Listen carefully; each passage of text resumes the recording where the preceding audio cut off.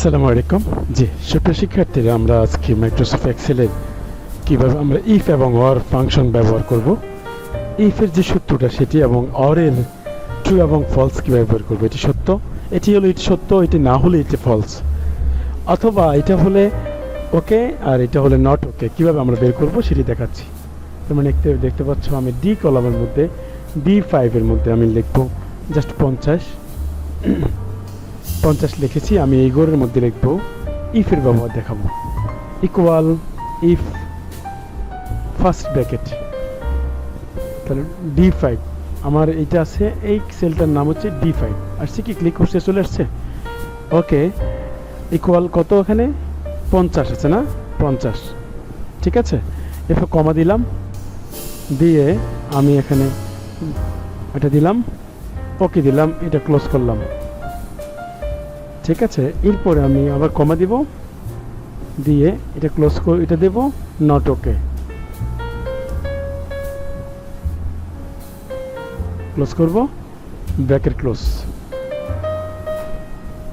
আমি কি করেছি, ইকুয়াল দিয়েছি, ইফ দিয়েছি, শর্ত দিয়েছি D5, আমরা D5 কলামে আমাদের 50 লেখা আছে, D5 ইকুয়াল 50।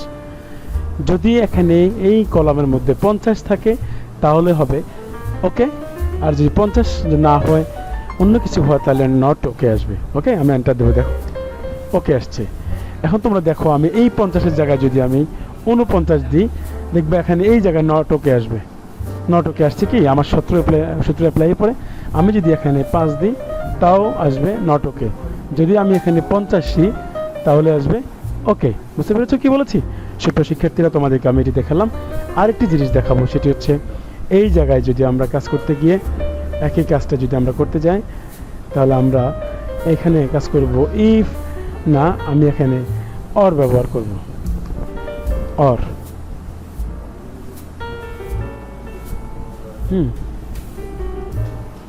এই অর D50 বলতে চাচ্ছে যে যদি D5 এর গড়ে যদি 50 হয় তাহলে ট্রু, আর যদি অন্য কিছু হয় তাহলে ফলস আসবে। আমি দেখাচ্ছি, এই যে ট্রু 50 আছে, ট্রু আসছে। যদি আমি এখানে 40 দিই তাহলে কিন্তু ফলস আসবে।